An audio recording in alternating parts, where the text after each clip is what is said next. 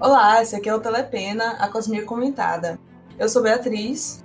Eu sou o Nery, do Stormlight Brasil. E eu sou o Gustavo, do Cosmir Central. Vamos ler aqui algumas perguntas que recebemos do outro episódio. Bom, o Felipe ele perguntou qual que é a ordem de radiante da gente, né? Diga aí tu, Bia, primeiro. Então, para quem não sabe, tem como você fazer um teste para descobrir qual que é a sua ordem radiante. Infelizmente o teste é todo em inglês, no site do Brandon. Todas as vezes que eu fiz, empata entre Alternautas e Guardiã das Pedras.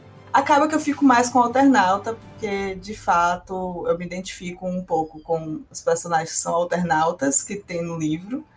Mas também gosto muito da ideia de ser Guardiã de Pedras. Então, é isso. Meu Sprena não me escolheu. Vai, Gugu. Sempre que eu faço o teste, acaba dando a mesma ordem. Eu já fiz várias vezes e sempre dá alternauta. Sempre, sempre, sempre. Então é o que eu sou. Meu teste, toda vez que eu faço, dá Sentinela da Verdade. Mas meu coração é Corredor dos Ventos. Nossa, mas é muito fã do Kala de Influx. Eu sou, velho. Meu coração tá lá nos Corredores dos Ventos. Perguntou também quais fluxos a gente acha mais interessante ou legal.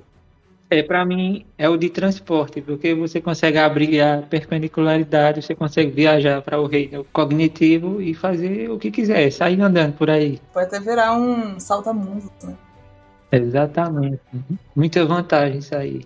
Então, para mim, assim, o que eu acho mais interessante é a transmutação, né? A capacidade de transformar qualquer coisa em qualquer outra coisa. Eu acho isso fascinante. E também a habilidade de coesão, né? Que consegue manipular as coisas molecularmente, assim, sabe? Tipo, moldar pedras e se fundir com pedras e coisas desse tipo. Eu acho incrível. Essas habilidades aí são muito roubadas, se você souber usar elas direito. Pois é, consegue ser realmente roubado. Dentro de batalha, dentro de contextos gerais também. Se você quiser entender do que a gente tá falando, vai ouvir o último episódio, se você ainda não ouviu. Sim. Que a gente vai explicar tudo certinho lá. E a outra pergunta dele também, os arautos, são vilões ou mocinhos? Depende do ponto de vista.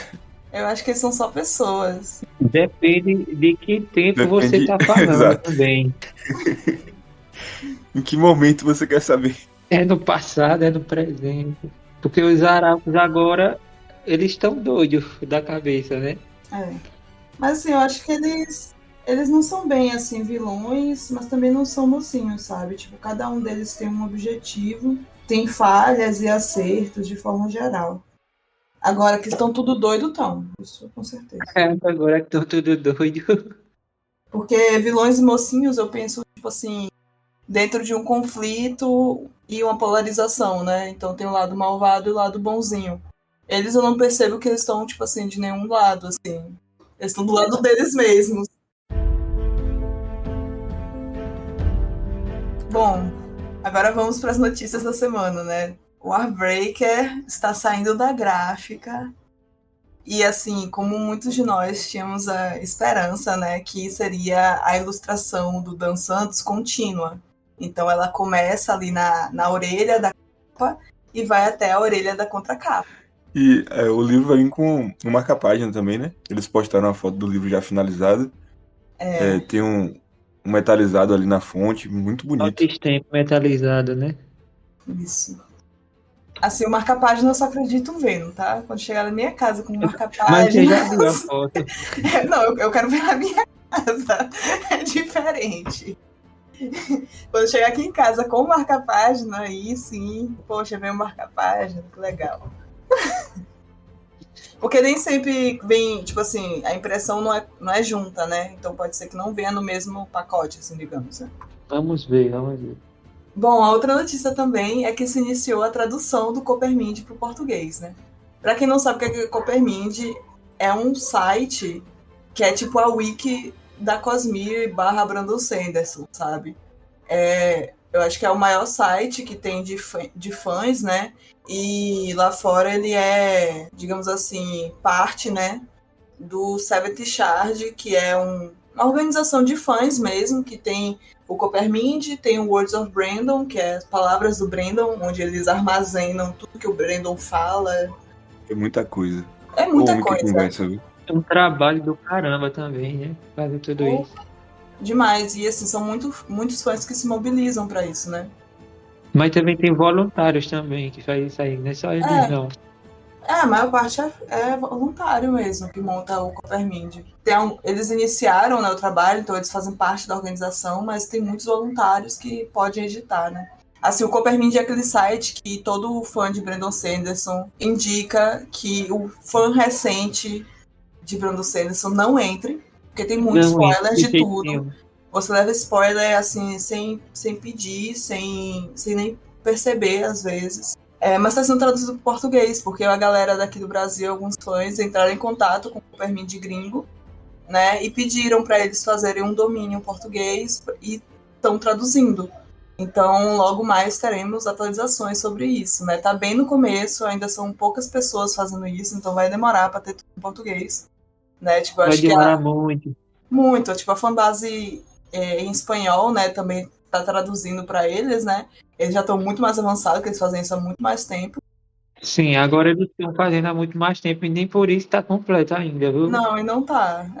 Eu acho que eles não chegaram nem 50% ainda. Mas porque o site tem muito material mesmo. E é muito legal ver essa mobilização aqui no Brasil, né? Você vê que a Sim. comunidade de fãs do Brandon Sanderson está crescendo cada vez mais.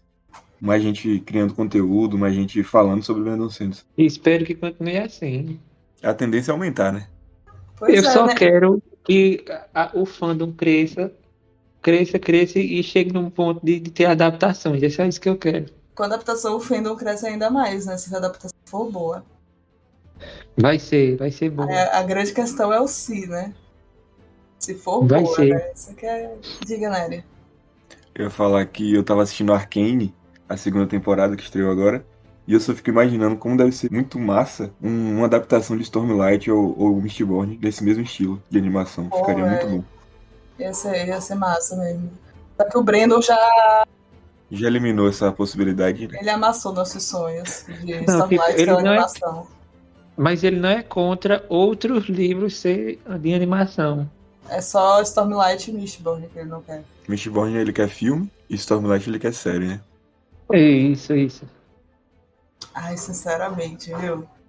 Eu tenho fé que vai ter um orçamento Confia. bilionário pra ficar bom mesmo, assim. Porque, enfim, tem que fazer a galera voar. O Mistborn é mais fácil de adaptar. É mais fácil, tipo, tem menos dinheiro de CGI, né? Ah, CGI vai ter sim, de qualquer jeito. Porque Stormlight acho que exige muito mais. Tem muita parte visual, né? Agora eu só espero que Stormlight tenha uma adaptação quando já estiver, tipo, muito perto de acabar os livros. Ou daqui a 10 a 15 anos. Ai, também. Pra não acontecer o mesmo que aconteceu em Game of Thrones. Tipo, a série passar os livros, entendeu?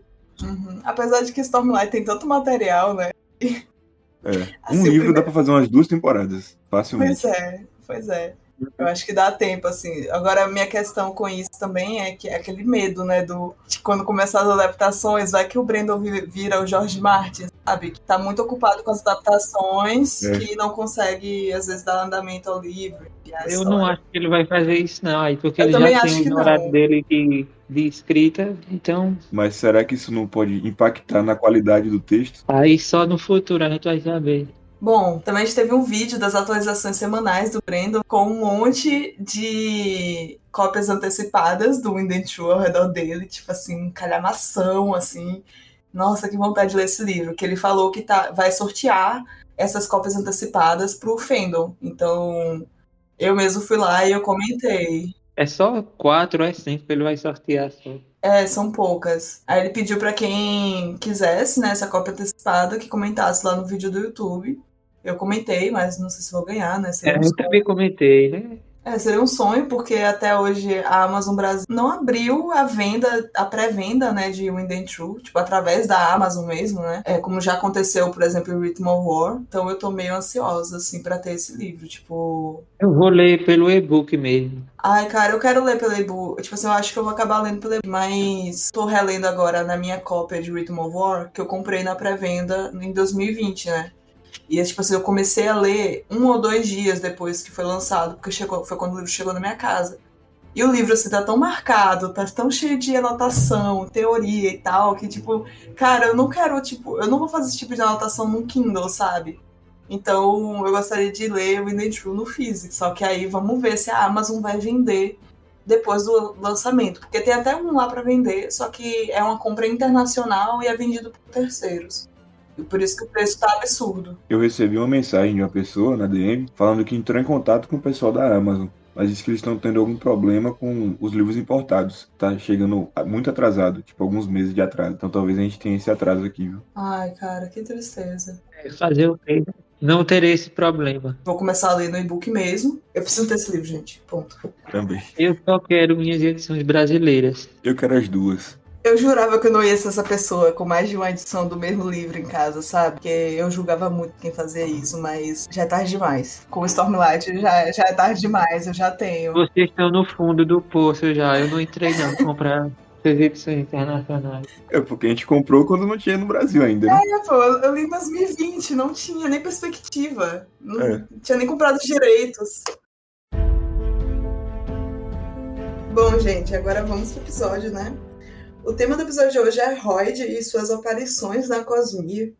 Esse episódio, assim, a gente não vai dar spoiler da história principal de nenhum livro, né? Mas como também foi, assim, um episódio sobre a Donáusea e a fragmentação, a história do Royd, ela é meio que contada através de indiretas, de subtexto, de comentários, epígrafes. Assim, não tem nenhum spoiler central à trama de nenhum dos livros que já foram lançados, né? Os que têm trama central, que são pouquíssimos, a gente não vai falar a respeito aqui, tá bom? Alguma coisa a gente já falou na parte spoiler do episódio de Adonáusea e a fragmentação. Então, se você já leu muita coisa da Cosmere, tipo assim, 90%, tu já pode ir lá ouvir aquele episódio. A parte com spoiler, a gente dá alguns detalhes sobre o Royd que a gente não vai falar aqui hoje. Bom, o Royd, ele nasceu em Yolen, que é um planeta da Cosmere, e ele nasceu antes da fragmentação de Adonáusea. Então ele é um ser meio que imortal, né? Tipo, nessa altura do campeonato, tá comprovado que ele é imortal, porque se fosse pra morrer, já tinha morrido. E apesar dele ter estado assim, envolvido na fragmentação, né? Que ele fez parte do planejamento para fragmentar a Adonáusea, ele não quis pegar uma fractal para ele. E aí, a gente não sabe assim, o porquê que ele não quis ser um receptáculo de uma fractal, né? Mas a gente sabe que depois disso ele se tornou um Saltamun, ou World Hoppers, né? Que são essas pessoas que têm a capacidade de viajar pela Cosmere através do reino cognitivo, né? Tipo, de alguma forma eles conseguem sair do mundo físico, ir para o mundo cognitivo, que é o mundo das ideias, e de lá ir parar em outro planeta. E assim o Royd vai aparecendo em diversas histórias, né? A gente não sabe muito qual que é o objetivo dele, né? Mas a gente sabe que é um objetivo que, assim, é mais forte do que qualquer afeição que ele possa ter ao longo do caminho. Em Palavras de Radiância, ele fala assim, né? Numa conversa: e embora seja seu amigo, por favor compreenda que nossas metas estão completamente alinhadas. Você não deve confiar em mim. Se eu tiver que assistir ao mundo ruir e arder para conseguir o que preciso, assim o farei, com lágrimas nos olhos, sim, mas deixaria acontecer. Então, por mais que a gente perceba, assim, na personalidade dele, né, um querer bem do outro, de querer auxiliar, de, tipo assim, aparentemente ser uma boa pessoa, a gente sabe que ele tem um objetivo que é maior que qualquer coisa que possa aparecer no caminho dele. E, assim, sobre a personalidade dele, né, ele muitas vezes é retratado como um cara sarcástico, engraçado, assim, sabe, tirão, assim, de zoar os outros, sabe? Isso em diversos livros que ele aparece, ele tem essa característica. Ele também, quando sai, né, essa máscara engraçada, ele consegue ser um ser um pouco sombrio, desgastado, sabe? Um pouco triste, até porque, né, ele é imortal. Então, acho que tem coisas que vêm com isso que são dolorosas. Então, se a gente pegar ali O Caminho dos Reis e Palavras de Radiância, e também Sacramentadora, em algumas partes das epígrafes, geralmente na parte 2, a gente tem uma carta, né, que é escrita pelo Royd em O Caminho dos Reis, e em Palavras de Radiância é a resposta a essa carta. E a gente pode observar que o Royd está tentando mobilizar algumas fractais ali para conter o Odium, porque o Odium, se você não percebeu, nessa altura do campeonato, ele tá tocando terror ali, né, em Rochar. Ele tá contido ali em Rochar agora, atualmente, mas ele tá tentando sair dali, né. E o Royd, ele tá com medo disso. Então ele tá enviando essas cartas ali para aquelas pessoas que estão espalhadas pela Cosmere para tentar conter o Odium, né. E a gente pode perceber também um interlúdio ali em Caminho dos Reis, que tem 3 caras ali que tá procurando o Royd. Eles são de uma organização secreta, né? Eles são viajantes da Cosmia aí. E essa organização é chamada de 17ª Fractal. E eles têm a filosofia de não interferir na Cosmia, né? E não interferir entre as outras fractais. Só que a gente se pergunta por que eles estão atrás do Royd, né? Quem é o cabeça, né, dessa organização aí. Talvez a gente já tenha algumas pistas mais para frente. O Rod também, ele é um saltamundo e a gente sempre vê ele em várias histórias diferentes, mas nunca sabemos como é que ele chegou lá. Ele tem uma habilidade que ele consegue sentir para onde ele deve ir e também por consequência disso ele presencia esses momentos marcantes que a gente acaba lendo no livro, que é espalhado por toda a Cosmere. Aí essa habilidade ela vem da fortuna. A gente pode afirmar que é uma propriedade espiritual que é relacionada à sorte, a ver futuro, essas coisas. Toda habilidade que vê futuro na Cosmere depende da fortuna. Aí é basicamente isso que ele está fazendo uso da fortuna para conseguir chegar onde a fortuna está dizendo para ir. Mas ele não sabe o porquê está lá, só vai saber quando chegar lá. Aí tem uma frase, uma citação aqui de Palavras de Radiância, que ele mesmo fala assim, ó, "Tio, você acabou de chegar." Aí ele diz, eu sei, é incrivelmente frustrante, devo admitir. Descobri um lugar onde devo estar, muito embora, para ser honesto, eu não saiba exatamente por que preciso estar lá. Isso nem sempre funciona tão bem quanto eu gostaria. Aí é isso aí, mostrando exatamente isso que eu acabei de explicar. O Royd é meio que o diabo nos detalhes, né? Sim.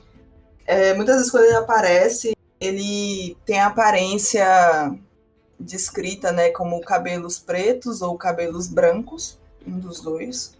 Tá meio que como um artista, um itinerante, uma coisa assim. Em outras ele é mendigo. E em outras ele tá numa situação que ele pode caçoar de todo mundo e não sofrer consequências. Consegue se disfarçar muito bem, né? E essa habilidade provavelmente é uma habilidade que ele tem desde o começo assim, da história dele, então, desde Yolen. E é uma habilidade que ele consegue mudar completamente conforme a vontade dele.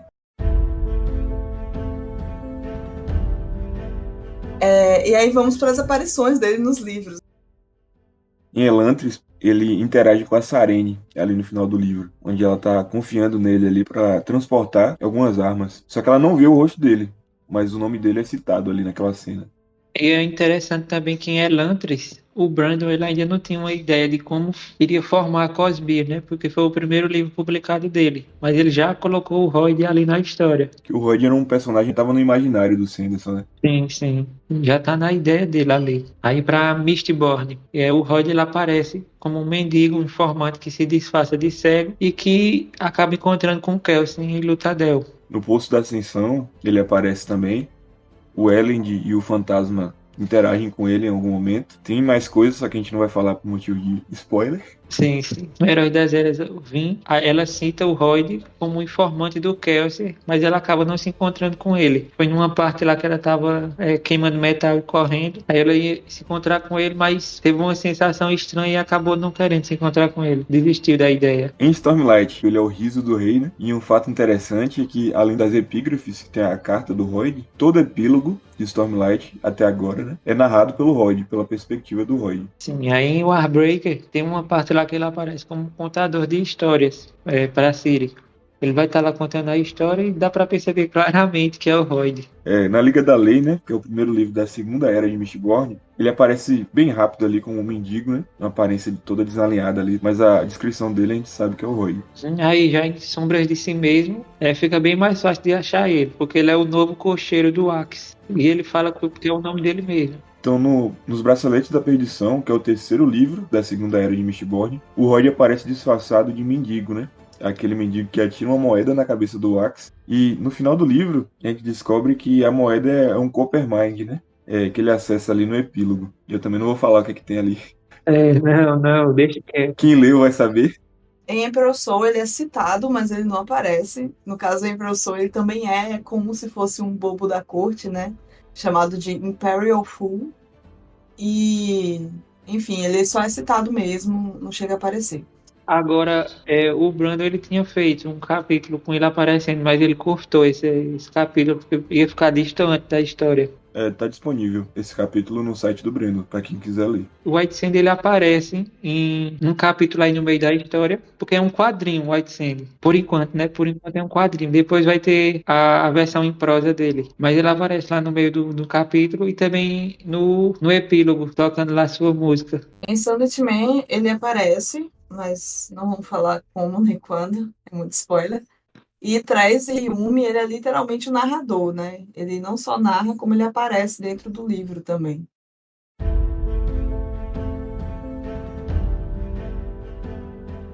Falando um pouquinho aqui das habilidades do Royd, na medida que a gente vai lendo os livros, a gente percebe que ele está sempre em busca de um objetivo misterioso. Só que, para atingir esse objetivo, ele acaba juntando as habilidades, os poderes, as magias que tem em cada sistema diferente. Então, sempre que você lê o livro, você vai ver que o Royd está lá em busca de conseguir esse poder também. Aí em Stormlight, em Threes, em Mistborn, a gente sempre vê ele querendo pegar os poderes de lá.